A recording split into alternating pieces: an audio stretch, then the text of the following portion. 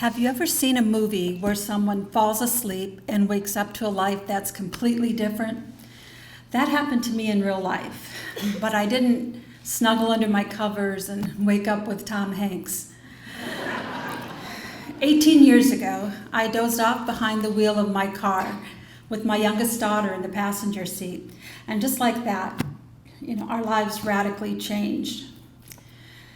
Before that moment on a country road in Ohio, life was good, but I also was in denial about my depression. I had 3 amazing kids, a wonderful husband, and a good job. So how could I be depressed? The label made me feel weak and ungrateful. I was first diagnosed at 23 as a new mom, but my doctor didn't tell me. He wrote it down instead.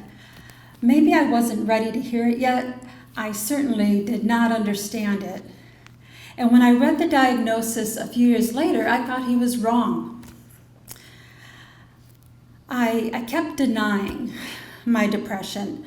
I kept up with 3 busy kids. I taught literacy at a state institution, and I barreled on. I really loved being a mom, but I was tired. I had headaches. Who wouldn't? The headaches and the depression wouldn't go away. At a pain clinic, I was again diagnosed with a mental illness. Still, I rationalized it away. What came first, the depression or the headache? It had to be the headache's fault. I tried medication for the first time. Eventually, 2 antidepressants helped me manage my depression until I hit a turn in the road, literally. In the year 2000, I was driving late at night, coming home from my son's college concert. I fell asleep at the wheel. As the car veered into a ditch, I hit my head and blacked out. The car flipped 3 times across a field. And when I woke up, the world was completely different. My daughter Beth sustained a spinal cord injury that left her paralyzed from the chest down. I quit my job to be her caregiver. After 2 surgeries, intensive care, and rehab, I was still afraid of losing her. Every moment of our new life felt just impossible. Everything was impossibly uncertain. New anxiety and guilt amplified my old issues of chronic pain and depression. Increased doses of my antidepressants did not prevent me from spiraling. I worked really hard to hide my feelings. I didn't want to give the people I loved more to worry about.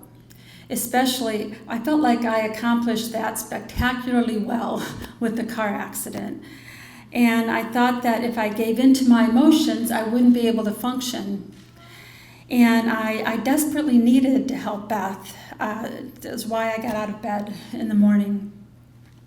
She was only 14 years old. Beth carried me forward, since between the 2 of us, she was the emotionally stable one. How many 14-year-olds have the inner strength to lead the way? Beth focused on regaining her independence bit by little bit, a goal that few with quadriplegia attained.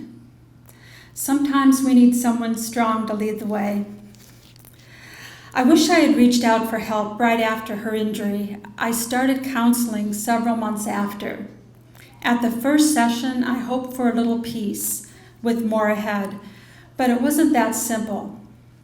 I felt like a failure, and I thought that I failed at counseling too, since I didn't improve for a long time. Weekly counseling for 3 years helped me understand depression and eventually to forgive myself. My husband John and my 3 kids were always there for me. And Beth helped me find hope again, something she had all along. And she's here tonight. Thank you, Beth.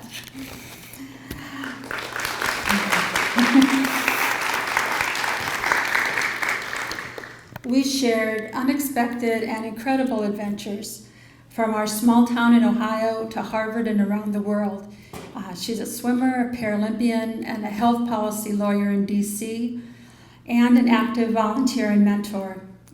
But if you ask her what she's most proud of, it's achieving independence 4 years after her injury. Today, it's 18 years after the car accident, and I still have 3 amazing kids, a good job, and a wonderful husband.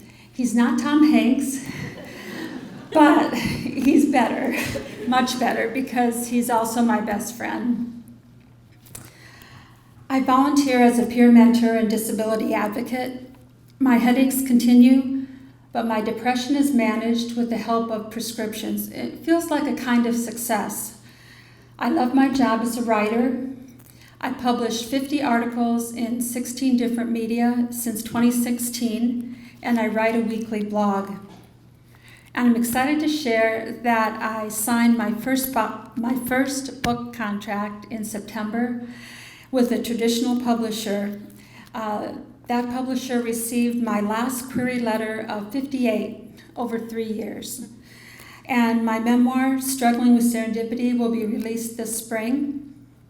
My main goal with the book is to help others in crisis. When I was struggling, I'm grateful that a brave teenage girl led the way. And today, I'm brave enough to stand here on this stage to share what I learned. Hope is an incredibly powerful thing. And if you never give up, hope wins.